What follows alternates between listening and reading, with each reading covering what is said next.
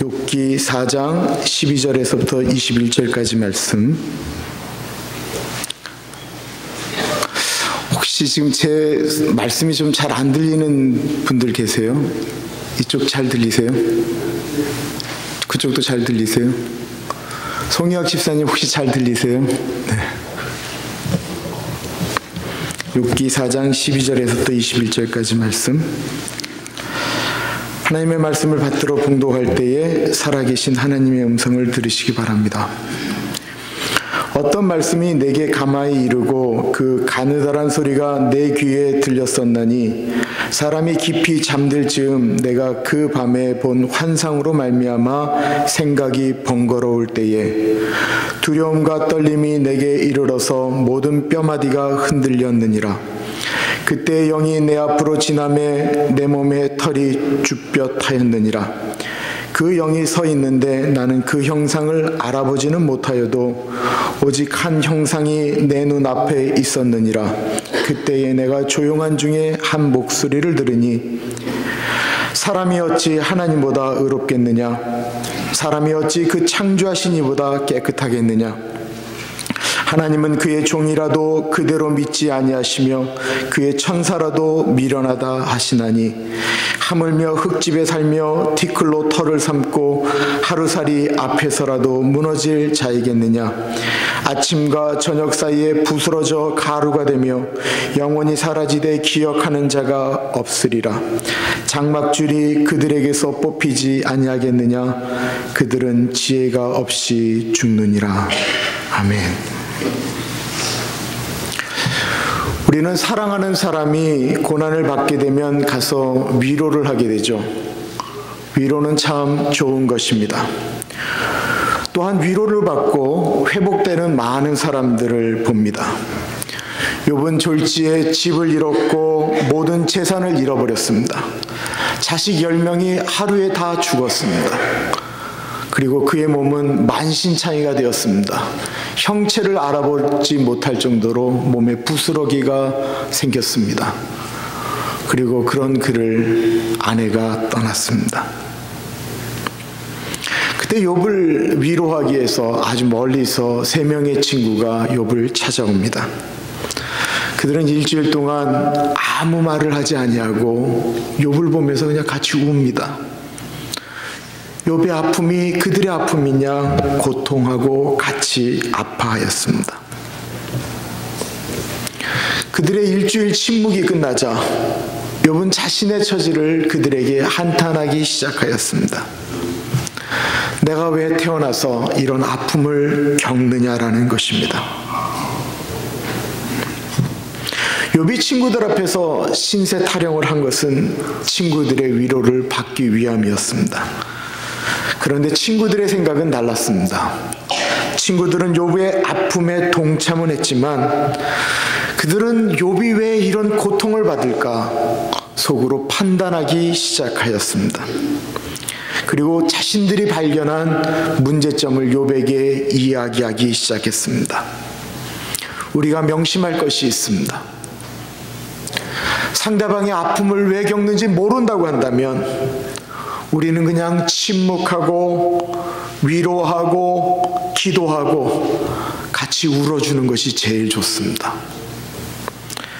충고는 참 좋은 것이지만 그 충고가 사람을 잡을 때가 있다는 것입니다. 언제일까요? 자신만의 생각이, 자신만의 충고가 가장 옳다라고 생각할 때입니다. 그래서 그 충고를 강요할 때입니다. 어제 본문이 그랬습니다. 욥의 친구였던 가장 나이가 많았던 사람 엘리바스는 욥에게 네가 이런 고난을 받는 데는 분명한 이유가 있다라고 이야기를 했습니다. 그 고난의 이유는 하나님 앞에 죄를 졌기 때문이다라고 말을 하였습니다. 물론 하나님이 사람을 죄 때문에 징벌하실 때가 있습니다. 그러나 욥이 아니었습니다. 또한 성경에는 애매하게 고통받는 사람이 얼마나 많이 나오는지 모릅니다. 바울은 전도를 갔습니다. 전도를 갔는데 매를 맞고 돌로 맞고 배그가 타고 가는데 파손당하는 일을 경험하였습니다. 요셉은 죄도 없는데 형들이 요셉을 팔아버렸습니다. 또한 죄 없이 감옥에 갇혔습니다. 그런데 엘리바스는 욥이 지금 당하는 그 모든 고통은 네가 지은 죄 때문이다라고 아예 규정해서 말을 하고 있습니다. 욥이 그 말에 동의를 하지 않자 더 강하게 욥을 압박하기 위해서 자신이 하나님 만난 이야기를 하고 있습니다. 12절부터 16절입니다. 어떤 말씀이 내게 가만히 이르고 그 가느다란 소리가 내 귀에 들렸었나니 사람이 깊이 잠들 즈음에 내가 그 밤에 본 환상으로 말미암아 생각이 번거로울 때에 두려움과 떨림이 내게 이르러서 모든 뼈마디가 흔들렸느니라. 그때의 영이 내 앞으로 지나며 내 몸이 털이 쭈뼛하였느니라. 그 영이 서 있는데 나는 그 형상을 알아보지는 못하여도 오직 한 현상이 내 눈앞에 있었느니라. 그때에 내가 조용한 중에 한 목소리를 들으니 엘리바스가 잠자는 중에 하나님의 음성을 듣게 되었습니다. 두려움 중에 하나님의 영이 임재하는 것을 경험하게 된 것입니다. 본문에 보면 환상을 보았다라고 말하고 있습니다. 참 대단한 체험이 아닐 수 없습니다. 얼마나 신앙생활하는데 도움이 되었을까요? 힘들고 어려울 때마다 혹은 삶에 의심이 생길 때마다 그때마다 자신을 찾아오신 하나님을 기억하면 새로운 용기가 났을 것입니다. 그런데 정말로 안 좋은 것은 엘리바스가 자신의 그 개인적인 체험을 욥을 설득하는 도구로 사용하고 있다는 것입니다. 무슨 말인가 하면 나는 하나님의 음성을 듣고 하나님을 만난 사람이니까 입 다물고 내 말 들으라라고 지금 이야기하고 있는 것입니다. 하나님께서 사람을 만나는 방법은 다양합니다. 성 어거스틴은 성경을 읽으면서 하나님을 만났습니다. 수많은 분들이 예배 시간에 말씀을 들을 때에 주님을 만나기도 합니다. 며칠 전 간증을 들었는데 어떤 분은 장례식에 참석을 해서 장례식 도중에 죽음에 대한 것을 생각하면서 예수님을 만났다고 했습니다. 어떤 분은 기도하면서 예수님을 만나기도 하고 어떤 분은 심지어 꿈속에서 예수님을 경험하기도 합니다. 각기 예수님을 경험한 것이 똑같을 수가 없습니다. 그리고 어떻게 예수님을 만났느냐라고 하는 것이 그 사람의 신령함과 거룩함과는 아무런 상관이 없습니다. 그러나 우리들 중에는 왠지 신비하게 주님을 경험하면 그것이 제일로 신앙이 좋은 것이냐 착각할 때가 있습니다. 그것은 욥의 시대나 오늘이나 마찬가지입니다. 엘리바스가 더 신령한 것을 보여주기 위해 내 말이 하나님의 뜻이다라는 것을 알려주기 위해서 하나님이 자신을 찾아온 이야기를 하는 것입니다. 분명히 그 말을 하는 이유는 내가 하나님의 뜻을 너보다 더 잘 아니까 너는 내 말을 들어야 된다라는 것입니다. 이런 마음을 가리켜 우리는 쉽게 영적 교만이라고 말을 합니다. 교회를 어렵게 만드는 것 중에 하나가 바로 이 영적인 교만입니다. 이 영적인 교만은 하나님이 자신에게 만나주신 그 소중한 은혜마저도 자신의 목적을 위해서 사용하게 되어진다라는 것입니다. 이 영적 교만은 자신이 지금 옳은 말을 하기 때문에 듣는 사람이 그 말 때문에 상처를 받건 말건 더 힘들건 말건 중요하게 생각하지 않습니다.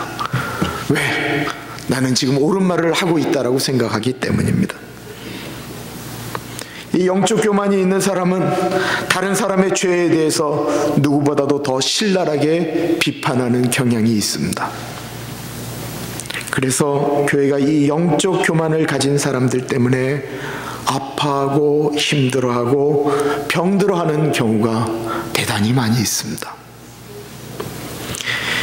이 영적 교만이 가득한 사람들은 다른 사람들을 가르치려고 합니다. 그리고 이 영적 교만이 가득한 사람들은 다른 사람이 자신의 얘기에 반응하면서 공격할 때 아주 예민하게 반응을 하게 됩니다. 내가 하나님의 뜻을 전달했는데 받아들이지 않았다라는 것입니다. 이 영적 교만은 사람을 가리지 않습니다. 성경에 박식한 사람, 세상 지식에 뛰어난 사람, 기도를 많이 하는 사람 누구도 예외일 수가 없습니다. 한참 선교에 미쳐 있을 때가 있었습니다. 그때 제 마음은 선교하는 교회가 진짜 교회, 훌륭한 교회, 선교하는 교인이 진짜 교인이라고 착각과 교만으로 가득 찰 때가 있었습니다. 중국 선교에 미쳐갖고 한참 돌아다닐 때 한국 온누리교회 중국어 예배를 담당하는 전도사가 제 동기였습니다. 그 친구에게 한국에서 이러고 있지 말고 우리 같이 중국으로 나가자라고 이야기를 했습니다. 제 말의 본 뜻은 너 여기서 지금 뭐하고 있냐? 라고 하는 표현이었습니다. 지금 현실이 어떠냐면 심양에 아주 큰 조선족 교회가 있습니다. 그 교회가 서탑교회인데 그 교회 담임 목사인 여자 목사입니다. 오명범 목사는 제 동기 친구 목사입니다. 그 오명범 목사의 남편이 제가 얘기했던 그 전도사입니다. 그 친구는 지금까지 중국 선교를 위해서 중국 땅 안에서 머물고 있습니다. 그리고 저는 12년이 넘도록 중국을 한 번도 가본 적이 없습니다. 얼마 전 그 부부가 미국에 와게 되었습니다. 그때의 그 미안함을 표현했더니만 자기는 기억하지 않는다라고 이야기를 했습니다. 그때도 제가 너 지금 뭐하고 있느냐라고 이야기할 때도 그때도 그냥 웃는 낯으로 희미한 미소를 보여주었습니다. 정말로 영적인 사람들은 온유하고 겸손한 것입니다. 헌금을 많이 하는 분들도 조심해야 됩니다. 헌금을 많이 하면 많이 할수록 교회에서 입을 다물어야 합니다. 교회에서 헌금도 많이 한다라는 말을 듣는 분이 말까지 많이 하게 되면 그분처럼 교회를 힘들게 하는 분이 없게 됩니다. 대단히 영적으로 교만하기 때문에 말을 많이 하는 것입니다. 교회에서 봉사를 많이 하는 분들도 말을 적게 해야 됩니다. 교회에서 봉사를 많이 하다 보면 신경질 나고 아파할 일들이 많이 발생하게 됩니다. 그리고 많은 경험들도 하게 됩니다. 그럴수록 다른 사람들에게 조심해야 합니다. 봉사를 많이 하는데 말까지 많이 하게 되면 다른 사람들에게 마치 주인처럼 느껴지게 됩니다. 모세가 가나안으로 못 들어간 이유는 물이 없다고 백성들이 아우성칠 때 무리바에서 낸 혈기 때문이었습니다. 그때 모세는 내가 모든 것을 다 감당한다라고 생각했던 그 순간 교만에 사로잡혀서 그는 가나안 땅으로 들어갈 수가 없게 되었습니다. 바리새인들이나 제사장들이 독사의 자식이라는 소리를 들었던 이유는 다른 이유가 아니었습니다. 그들은 일주일에 이틀씩 꼬박 금식했습니다. 그들은 헌금 생활 정확히 했습니다. 바른 생활하였습니다. 그런데 그들이 그렇게 살았기 때문에 그렇게 살지 못하는 사람들을 향하여 니들은 왜 그 모양으로 사느냐라고 이야기하는 순간 그들은 독사의 자식이 되었던 것입니다. 엘리바스는 자신의 너무나 소중한 체험을 가지고 욥의 죄를 찾으려고 했던 것입니다. 그러나 하나님께서 엘리바스를 만나실 때는 엘리바스 그 한 사람을 하나님의 사람으로 만들기 위하여 찾아가신 것이었습니다. 17절부터 19절은 이렇게 이야기하고 있습니다. 사람이 어찌 하나님보다 의롭겠느냐? 사람이 어찌 그 창조하신 이보다 깨끗하겠느냐? 하나님은 그의 종이라도 그대로 믿지 아니하시며 그의 천사라도 미련하다 하시나니 하물며 흙집에 살며 티끌로 털을 삼고 하루살이 앞에서라도 무너질 자이겠느냐? 이 말은 하나님께서 엘리바스에게 너 이 말 욥에게 전달해줘라 라고 말씀하신 것 아니었습니다. 엘리바스에게 한 말이었습니다. 엘리바스는 대단히 지혜로운 사람입니다. 나이도 가장 많은 분이었습니다. 그의 고향은 대만이었습니다. 예레미야 49장 7절에 보면 다음과 같은 말이 있습니다. 에돔에 대한 말씀이라 만군의 여호와께서 이와 같이 말씀하시되 대만에 다시는 지혜가 없게 되겠느냐? 명철한 자에게 책략이 끊어졌느냐? 그들의 지혜가 없어졌느냐? 이 말은 무슨 말이냐면 대만 사람이라고 이야기하는 것은 지혜로운 사람이다라는 뜻입니다. 지혜로운 사람들이 잘못하면 교만하게 됩니다. 그리고 욥기 4장에 보면 엘리바스는 죄에 대해서 아주 비판적이었습니다. 죄를 졌으니까 벌 받는다라는 말을 그렇게 쉽게 한다라는 말은 반대로 이야기하면 자신은 의롭게 살았다라는 것입니다. 그런 엘리바스를 사랑하신 하나님이 엘리바스에게 나타나셔서 하셨던 말씀은 바로 이것이었습니다. 사람이 어찌 하나님보다 의롭겠느냐? 누가 창조하신 이보다 깨끗하겠느냐? 엘리바스 개인에게 한 말이었다라는 것입니다. 의롭다고 생각하는 엘리바스에게 한 말이지 욥에게 전달하라고 하셨던 말씀이 아니었다라는 것입니다. 아니, 이 말씀은 엘리바스에게, 욥에게, 그리고 우리 모두에게 해당하는 말씀입니다. 그런데 엘리바스는 자신이 더 영적이고 더 깨끗한 듯이 하나님의 말씀을 전달하고 있습니다. 그러나 성경은 우리에게 분명히 이렇게 말씀하고 있습니다. 이 세상에 의인은 없나니 하나도 없다라고 말씀하고 있습니다. 하나님을 찾는 자도 없고 다 치우쳐 무익하게 되고 선을 행하는 자가 하나도 없다라고 말씀하고 있습니다. 모든 사람이 죄를 범하였음에 하나님의 영광에 이르지 못한다라고 말씀하고 있습니다. 욥이 얼마나 깨끗하게 살라고 몸부림쳤습니까? 그런데 그 욥보다 자신이 훨씬 더 깨끗한 듯이 말하고 있는 것입니다. 이거 우리가 대단히 조심해야 될 일입니다. 저는 동성애에 대해서 분명히 반대합니다. 그런데 동성애를 반대하는 우리가 동성애자보다 깨끗한 것은 절대로 아닙니다. 동성애자들이나 우리나 모두 똑같은 죄인입니다. 우리 모두는 다 하나님의 은혜가 필요한 사람들입니다. 거짓말하는 사람이나 동성애하는 사람이나 똑같은 죄 짓는 사람들입니다. 저는 동성애자를 반대하는 것이나 증오하는 것이 아닙니다. 저는 동성애를 반대하는 것입니다. 성경에 죄라고 말씀하시니까 동성애는 분명히 죄이기 때문입니다. 저희 교회 동성애자들이 들어오면 환영합니다. 위로하고 기도해 줄 것입니다. 너랑 나랑 모두 똑같은 죄인이다. 똑같이 대우해야 할 것입니다. 그러나 그렇다고 동성애가 죄가 아닌 것은 절대로 아닙니다. 끝까지 동성애는 죄라고 말할 것입니다. 왜냐하면 하나님의 말씀에 죄라고 분명히 쓰여져 있기 때문에 그렇습니다. 그런데 우리는 가끔 엘리바스와 같은 잘못을 저지릅니다. 그것은 내가 동성애를 반대한다고, 내가 그들보다 더 나은 사람이라고 착각한다라는 것입니다. 절대로 그렇지 않습니다. 내가 더 많은 은혜를 체험했으면 내가 다른 사람보다 더 나은 사람입니까? 하나님 보시기에도 과연 그럴까요? 아닙니다. 체험한 사람은 더 겸손해야 합니다. 하나님은 엘리바스에게 겸손하기를 원하셨습니다. 그래서 엘리바스에게 다음과 같은 말씀도 하셨습니다. 19절에 보니까 하물며 흙집에 살며 뒷굴로 털을 삼고 하루살이 앞에서라도 무너질 자이겠느냐. 이 흙집이 뭐예요? 우리 몸을 이야기하는 거예요. 우리 몸이 흙으로 만들어졌지 않습니까? 우리의 인생은 티끌과 같다라고 이야기하지 않습니까? 오늘 우리가 여기서 만났는데 내일 또 만날 수 있다라는 보장을 누가 하겠습니까?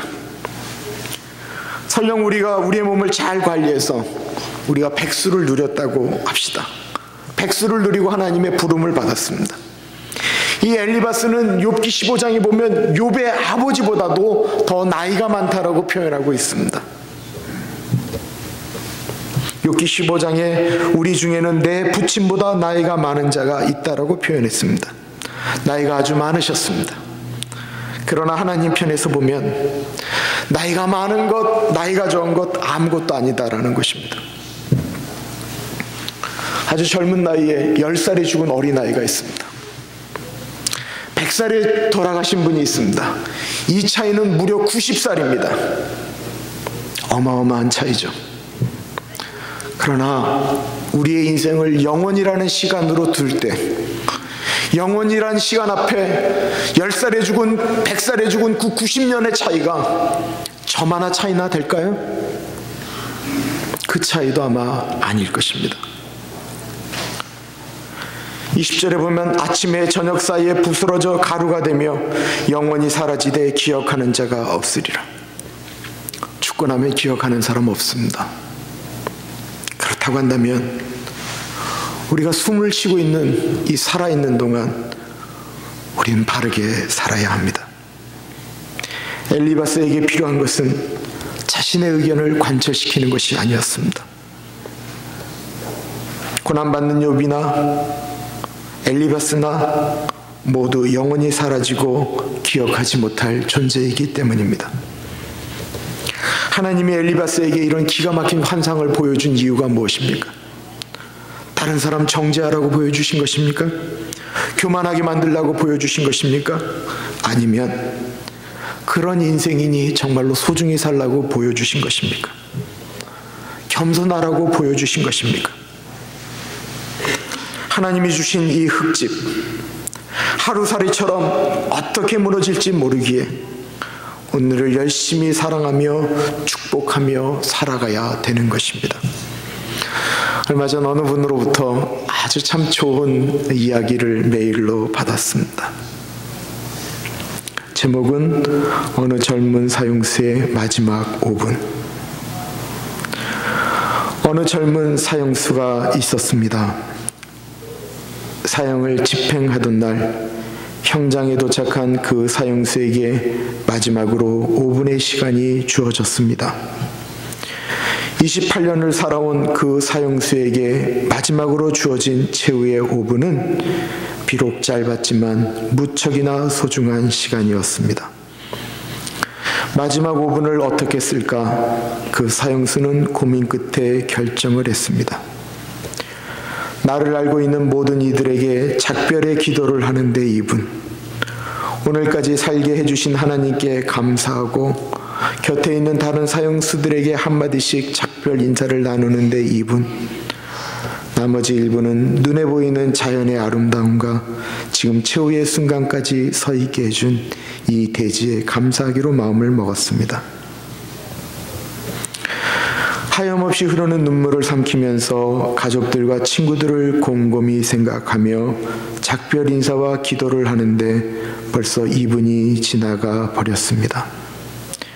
그리고 자신에 대하여 돌이켜 보려는 순간, 이제 3분 후면 내 인생도 끝이구나 하는 생각이 들자 눈앞이 캄캄해졌습니다. 지나가버린 28년이란 세월을 금쪽처럼 아껴 쓰지 못한 것이 정말로 후회스러웠습니다. 다시 한번 인생을 더 살 수만 있다면 하고 회한의 눈물을 흘리는 순간 기적적으로 사형 집행 중지 명령이 급히 내려지고 황제의 특사로 강제 노동령으로 감염되고 간신히 목숨을 건지게 되었습니다.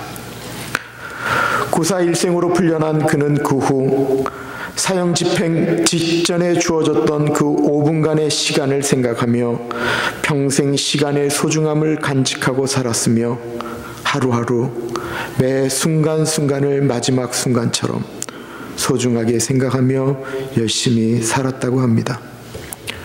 그 결과 죄와 벌, 악령, 백치, 까라마조프가의 형제들 같은 수많은 불후의 명작을 발표하여 톨스토이에 비견되는 세계적 문호로 대성하였다고 합니다. 그 사형수는 바로 19세기를 살았던 러시아의 대문호 도스토예프스키였던 것입니다. 우리에게 주어진 소중한 하루하루를 도스토예프스키가 가져보았던 마지막 순간의 5분처럼 소중하게 보내시길 바랍니다. 내일은 아무도 모릅니다.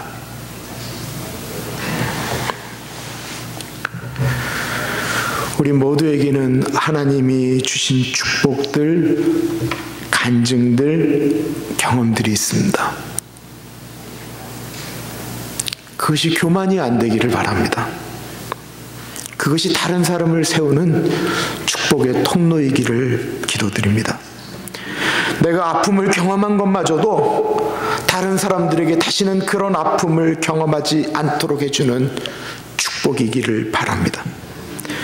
기도 많이 할수록 더 겸손해져야 합니다. 봉사 많이 할수록 더 겸손해져야 합니다. 선교 많이 할수록 더 겸손해져야 합니다. 살아가면 살아갈수록, 나이가 먹어가면 넘어갈수록 주님, 저는 아무것도 할 수 있는 것이 없습니다. 더 낮아지는 우리 모두가 되어지기를 기도합니다. 기도하겠습니다.